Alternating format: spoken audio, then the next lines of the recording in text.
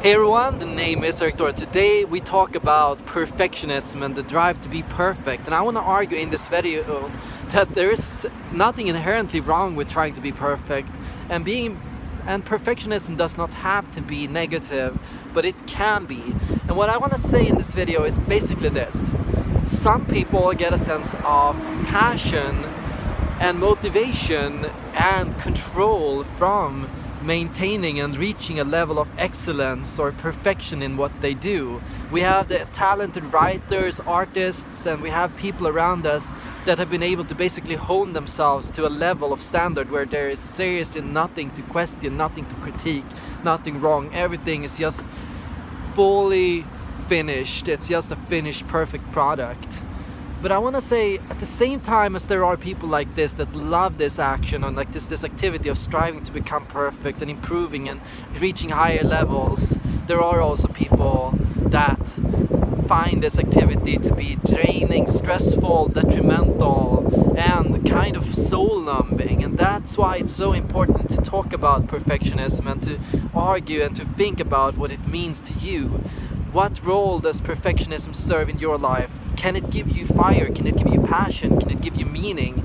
Can it give you relief, or does it only bring you stress? And that's the important question here. We have the personality types that love the strive to be perfect, and these people are the thinking and perceiving types. And then we have the types that seriously loathe and hate this activity, and these are the feeling and judging types. And then there are the people in between that.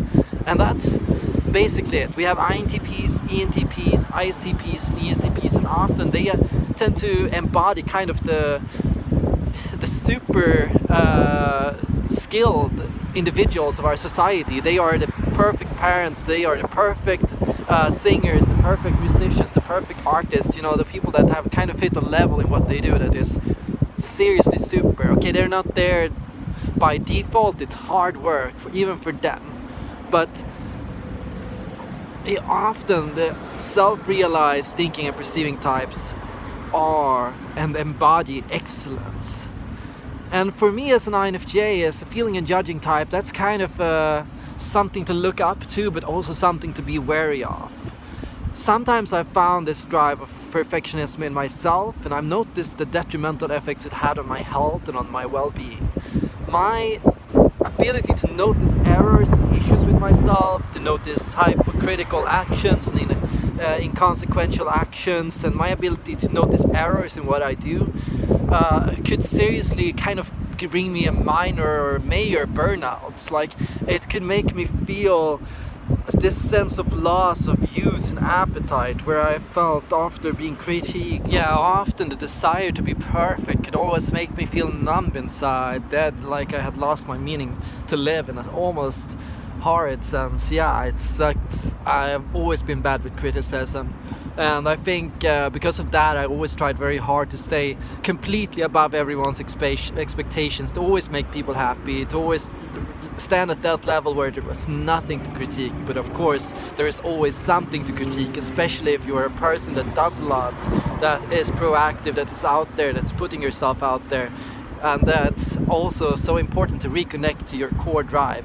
Everyone has a core drive, a core passion. Personally, my passion is kindness, in a sense that I want to feel like I'm doing something good for people, that what I'm doing is helping people, that I feel like I want to feel in my sense in what I do, in my priorities, in what I do, that I'm always giving something to people and that I'm doing something. Often in times when I felt bad about myself, what I would do was I would find somebody that needed help, even if it was with a simple task like moving or with whatever. It always would make me feel so much better about myself and who I was. I guess a lot of us feel like you should never do something just because it makes you feel good. It should make you do something because it makes other people feel good.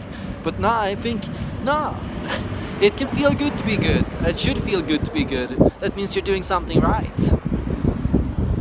And the other two core drives to talk about besides perfection and kindness are honesty and ambition. So if you're a thinking, judging type, that's ambition in the sense of strategizing, having a plan to move towards your goals and reaching that plan. And for the feeling and perceiving type, to be honest, to be authentic, to be real. That's the most important thing. So remember that. Now, regarding perfectionism, what I want to say is perfectionism ties perfectly into thinking and perceiving, because perceiving is so much about adaptation. How do we adapt a standard? How do we adapt an objective framework for how to do something? How do we do something according to some kind of objective or logical or strong, measurable, testable criteria? How do we live up to scientific standards and principles? How do we execute things in a way that we can observe is good and right and correct? Perfection is so intimately tied into this, and this is so important because, when it comes to perfectionism and critique, it's important to detach also from that critique is not always from thinking. Critique can also come from feeling. Somebody can critique you even though you're doing something perfectly right, because they have personal opinions on what right is. They can have personal opinions on color choice and on how you frame something and how you do something and what you do. So it's also important to recognize where the critique is coming from.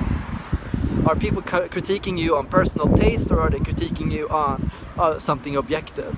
And with personal taste, it's not like we should necessarily always just ignore critique that is a result of personal taste.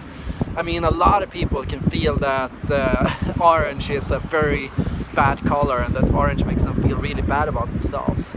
A lot of people might say that brown is not really the right color for snow. We can all have these opinions, and I think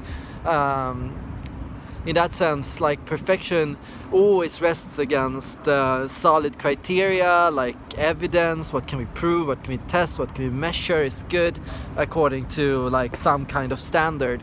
Where feeling and perceiving, honesty, authenticity is so much about what you personally find to be meaningful, positive, and good in some way or to some extent.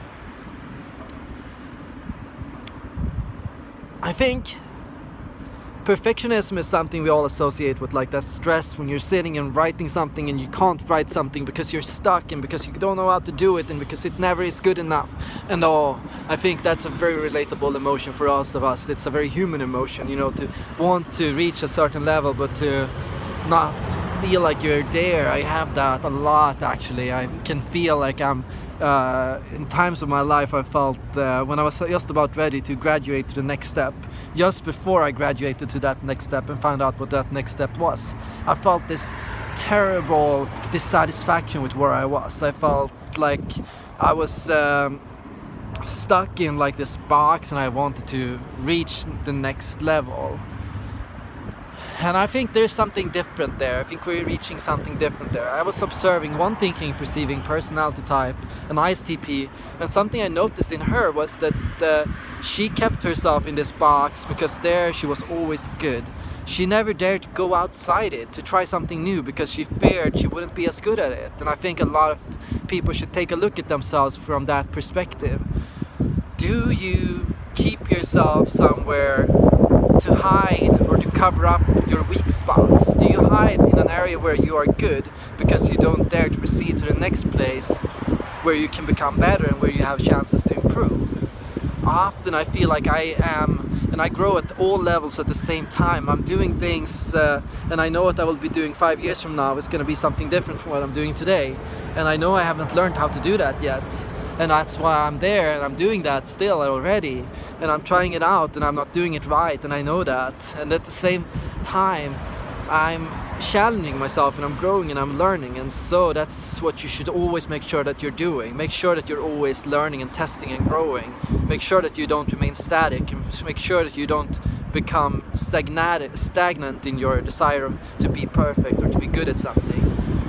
Always challenge yourself. Always find new levels. Always find routes where you can grow or areas where you can branch out to.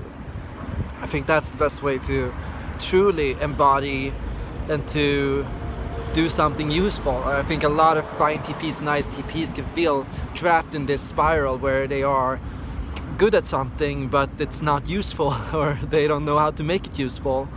And I truly believe it can become useful as long as you keep on growing in that skill and finding new areas of application and going outside your comfort zone and pushing yourself to try out and to find where you can grow next and how your skills can come together and how you can solve these problems. And And that's, I think, the step to truly reaching a standard of excellence. Thank you all for watching this video, and I hope to see you guys in the next one.